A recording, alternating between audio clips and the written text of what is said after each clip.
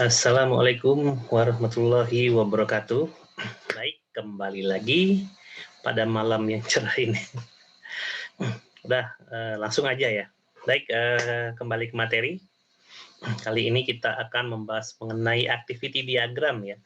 Jadi dalam penggunaan Unified Modeling Language ada suatu diagram yang bisa dipakai untuk berbagai macam kebutuhan ya dalam melihat suatu behavior daripada suatu aplikasi yang nantinya akan dibuat. Nah, di sini kita akan gunakan activity diagram. Nah, baik, bagaimana activity diagram itu kita coba lihat aja di slide berikutnya. Nah, activity diagram itu biasanya bisa dipakai untuk menggantikan suatu skenario ya dari suatu use case. Makanya bisa jadi di sini sebutannya adalah activity diagram for use case. Artinya di use case kan kita bikin use case description ya. Kemudian di dalam use case description itu ada use case skenario. Nah, use case skenario kan biasanya menggunakan bahasa-bahasa narasi dalam menjelaskan bagaimana flow atau alur dari suatu fungsi itu untuk dieksekusi dengan baik, ataupun bagaimana alur dari suatu fungsi, alur dari bagaimana kita menjalankan fungsi itu, apakah fungsi itu nanti akan tercapai tujuannya atau tidak, ya. Nah, activity diagram juga kita bisa manfaatkan untuk itu, ya. Jadi kalau di skenario tadi kita jelaskan pakai teks, kalau activity diagram kita jelasin pakai notasi atau gambar, gitu ya. Karena biasanya memang banyak hal-hal yang cukup kompleks yang lebih mudah dijelaskan dalam bentuk gambar daripada dijelaskan dalam bentuk tulisan, gitu ya. Misalnya apa? Misalnya algoritma, ya, proses bisnis dan lain-lain, ya. Jadi itu biasanya paling mudah atau paling enak ya dijelaskan dalam bentuk gambar, apalagi untuk dipresentasikan. Nah, activity diagram itu biasanya dipakai untuk menggambarkan suatu behavior. Nah, behaviornya apa aja? Macam-macam ya. Bisa menggambarkan proses bisnis, bisa menggambarkan workflow dan lain-lain. Ya, menggambarkan algoritma juga bisa, menggambarkan apapun ya, behavior yang memiliki suatu rangkaian atau kegiatan atau aktivitas. Rangkaian kegiatan atau rangkaian aktivitas maksudnya ya. Jadi ada sesuatu yang mengalir di situ. Apa yang mengalir? Aktivitas atau suatu kegiatan, bukan data ya.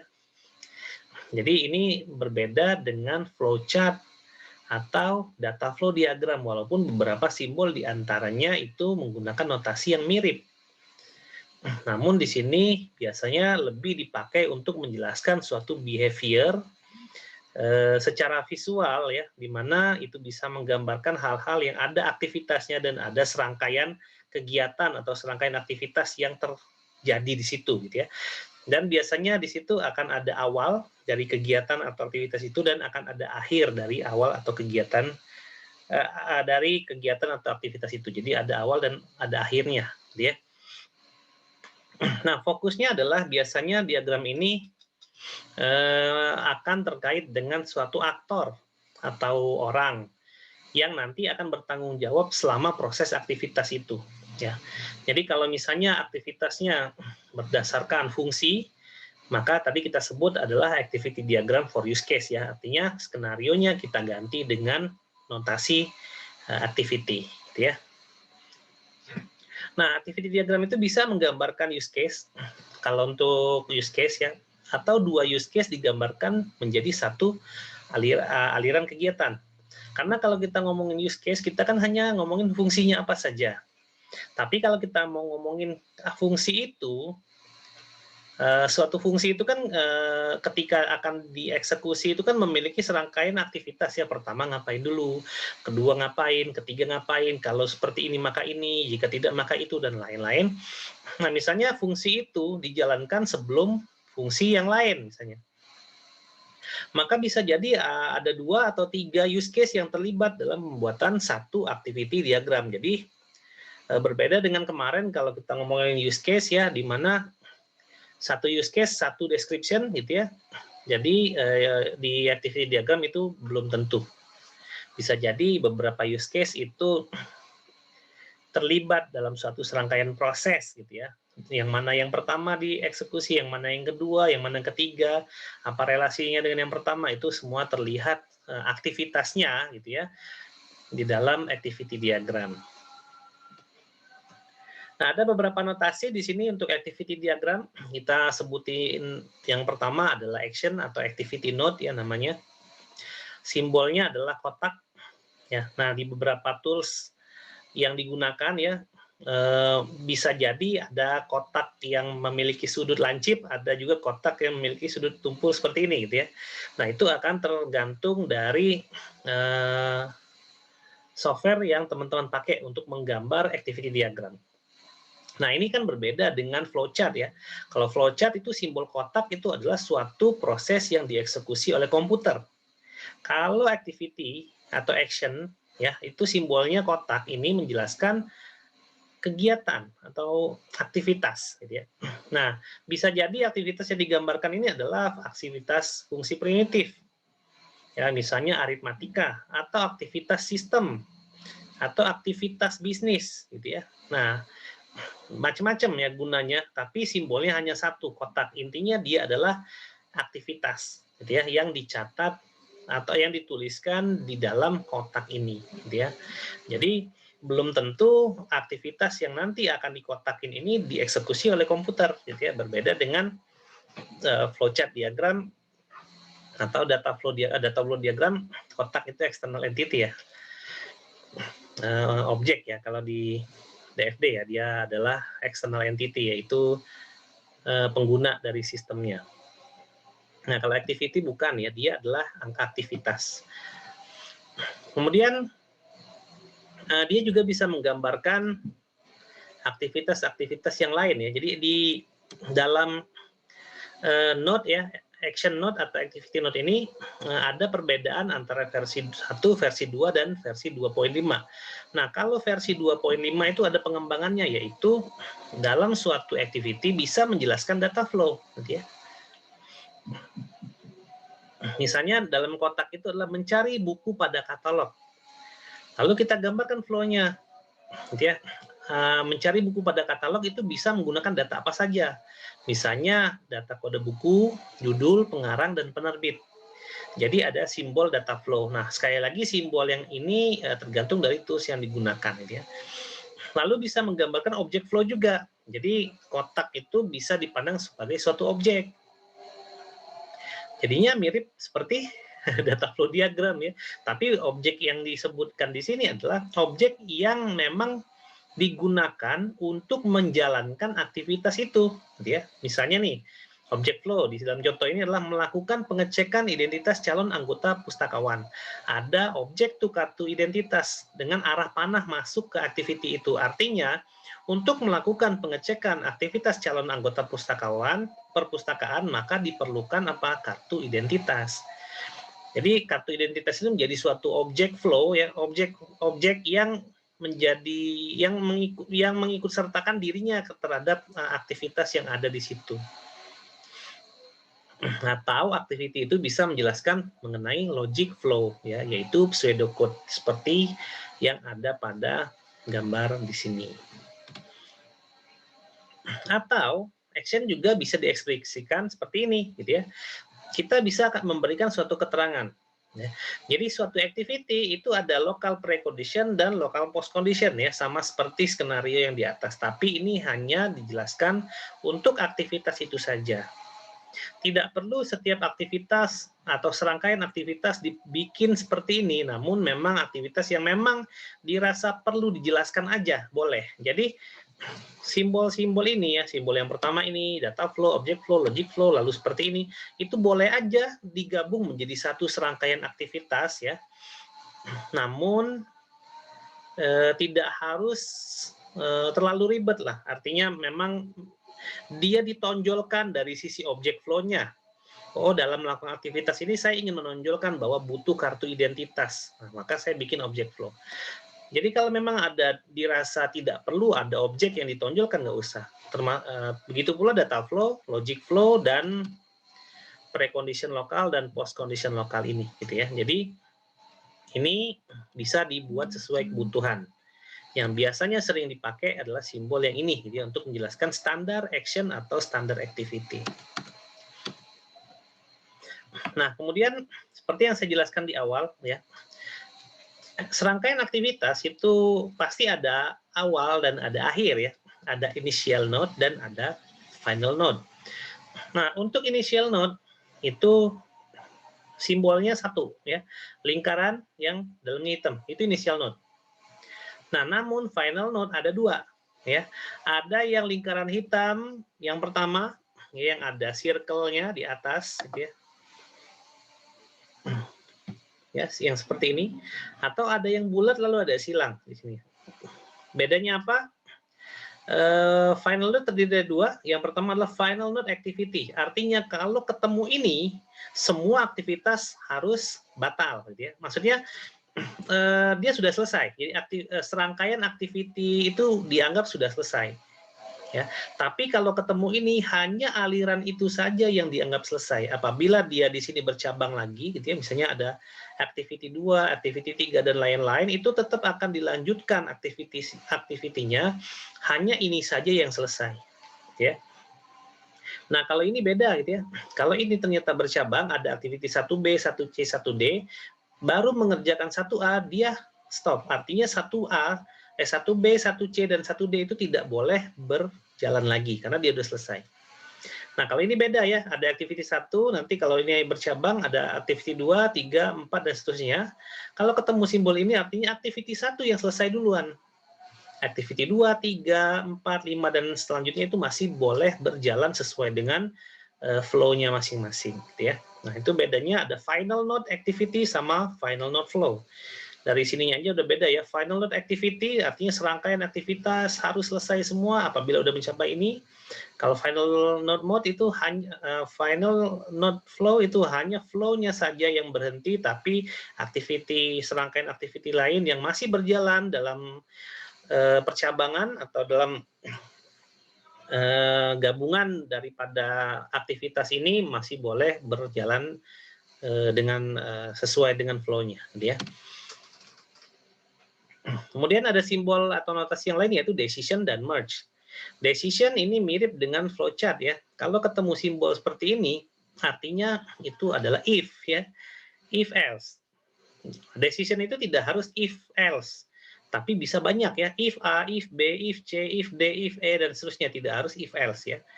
Nah, lalu ada simbol yang sama, itu adalah merge. Bedanya adalah decision itu berarti ada panah yang masuk dari satu activity akan menyebar menjadi dua atau lebih, gitu ya. Ya, misalnya ini activity 1 decision. Apabila true dia selesai, apabila false dia lanjut activity 2 misalnya. Nah, kalau merge itu biasanya ada aktivitas yang panahnya itu menuju ke satu tempat yang sama. Ya. Nah, namun untuk merge dia asinkron. Misalnya activity 1 duluan yang mencapai simbol ini, ya, sebelum activity 2 dan 3, maka flow akan lanjut, gitu ya. Beda dengan sinkron. Kalau sinkron itu kan artinya activity 1 nyampe sini, maka dia harus menunggu activity 2 dan nunggu activity 3 dulu.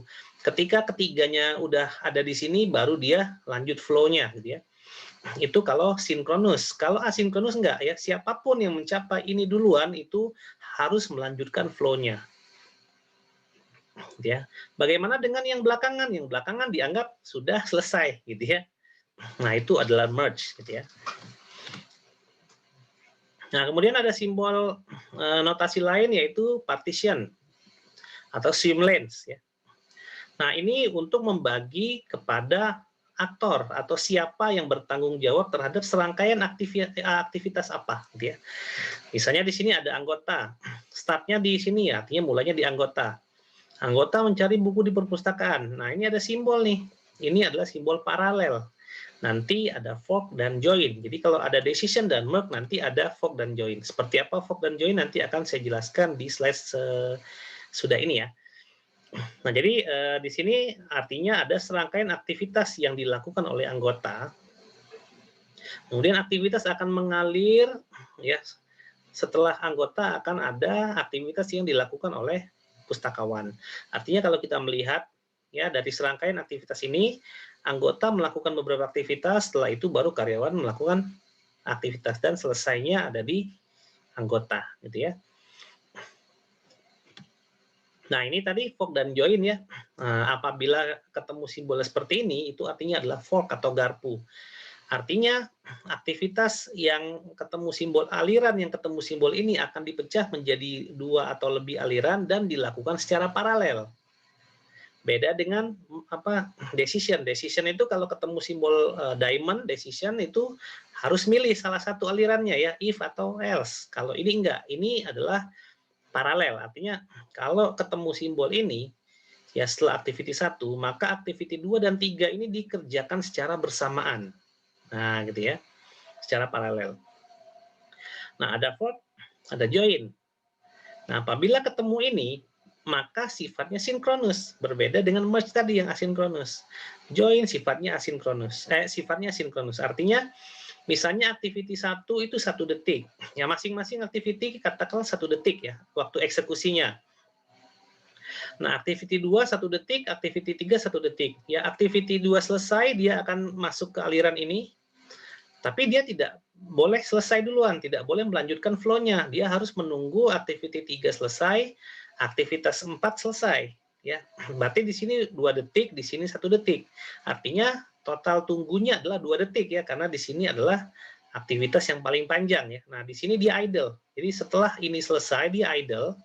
Setelah aktivitas 4 selesai, lalu 2 selesai, maka baru boleh lanjut ke flow berikutnya. Nah, ini yang dinamakan dengan sinkronus, gitu ya. Kemudian ada advanced concept juga di activity diagram. Jadi di dalam aktivitas boleh ada serangkaian aktivitas. Nah, ini adalah simbol yang dipakai untuk activity. Ini kalau pakai apa ya? Saya lupa toolsnya. Sebenarnya harusnya sama aja gitu ya. Jadi di sini ada inisial, di sini ada finish. Di dalamnya ada aktivitas. Tapi di dalam aktivitas ini berisi aktivitas lagi. Nah, fungsinya apa?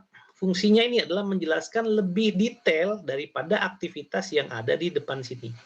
Artinya dia membreakdown atau mendekomposisi suatu aktivitas yang umum menjadi aktivitas yang lebih detail lagi atau lebih khusus gitu ya. Ini breakdown. Nah, jadi seperti itu adalah beberapa notasi yang dipakai dalam activity diagram. Ya. Nah, kapan kita menggunakan activity diagram? Kata Fowler itu digunakan untuk melihat alur kegiatan dalam sistem. Ya, bisa menggambarkan algoritma, bisa menggambarkan proses bisnis, workflow, dan lain-lain. Ya. Digunakan juga untuk melihat parallel behavior. Jadi, simbol fork dan join ini biasanya dipakai untuk menggambarkan parallel behavior. Misalnya dalam proses belajar mengajar aja ya, ada nggak proses parallel behavior-nya? Ada, gitu ya. Saat dosen atau guru melakukan presentasi, ya, ada mahasiswa mencatat, itu kan dilakukan secara paralel ya. Jadi ada dua aktivitas yang dilakukan secara paralel di waktu yang sama. Jadi dia bisa melihat parallel behavior. Karena activity diagram tidak harus semua berkaitan dengan sistem komputer, nggak harus. Kalau kita ngomongin proses bisnis, pasti ngomongin bisnis gitu ya, bukan ngomongin sistem komputernya. Nah, di sini bisa digunakan sebagai pengganti flowchart ya. Namun dia memang tidak spesifik, dia hanya menjelaskan activity saja, tidak menjelaskan hal lain seperti ini adalah dokumen yang dari komputer, ini dokumen manual, ini kertas, ini bukan, itu enggak gitu ya. Tapi dia lebih ke activity aja ya, secara abstrak yang memiliki narasi activity. Nah, ini kalau kita contohkan penerapan implementasi dari activity diagram untuk membuat algoritma bisa seperti ini gitu ya. Aritmatik ya. Jadi if ini begin, if slope I slope ya, kalau true return point 0,0, kalau false dia ngisi x segini, y segini, return point x, y, dan ini simbol finish gitu ya. Atau untuk ATM business modeling. Ya, pertama verify access code. Kalau correct, ask for amount. Berapa yang mau diambil uangnya, dan dia akan dilakukan secara paralel. Apa yang secara paralel? Prepare to receive sama dispense cash. Artinya sistem ATM itu nanti akan melakukan dua fungsi secara paralel. Yang pertama, dia mempersiapkan untuk mengeprint struk pengambilan uang, dan dia akan melakukan dispense cash. Namun dispense cash ini akan keluar uangnya apabila uangnya ada, gitu ya. Kalau uangnya nggak ada, dia langsung finish, ya, lalu dia langsung finish transaction and print receipt. Artinya mau ada uang ataupun tidak ada uang, dia tetap akan melakukan print receipt di sini, gitu ya. Nah, lalu bisa menggambarkan apa? Shopping order. Ini juga sama nih. Ya, ada proses order, ada receive order di sini activity-nya. Nah, activity receive order tuh ternyata ada object flow di sini ya. Ada request order, artinya untuk melakukan aktivitas receive order diperlukan request order. Entah bentuknya dokumen, entah bentuknya apa, yang pasti dia objek gitu ya. Kemudian fill order, nah di sini ada paralel proses, ya di ship order, send invoice, ya dia objek flow lagi, invoice, accept payment. Di sini belum ship order itu artinya udah siap dikirim, tapi belum dikirim kalau belum di accept payment-nya. Ketika payment accept dan ship order udah sama-sama mencapai join, baru dilakukan close order, gitu ya.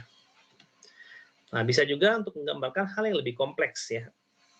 Di sini Google single sign on. Jadi ada customer browser, ada Google application, Google service, dan apa ini ketutup layar gitu ya. Nah, ini juga bisa nih ya menggambarkan itu. Nah, ini ada keterangannya gitu ya. Nah, dia menggambarkan suatu rangkaian aliran aktivitas atau kegiatan.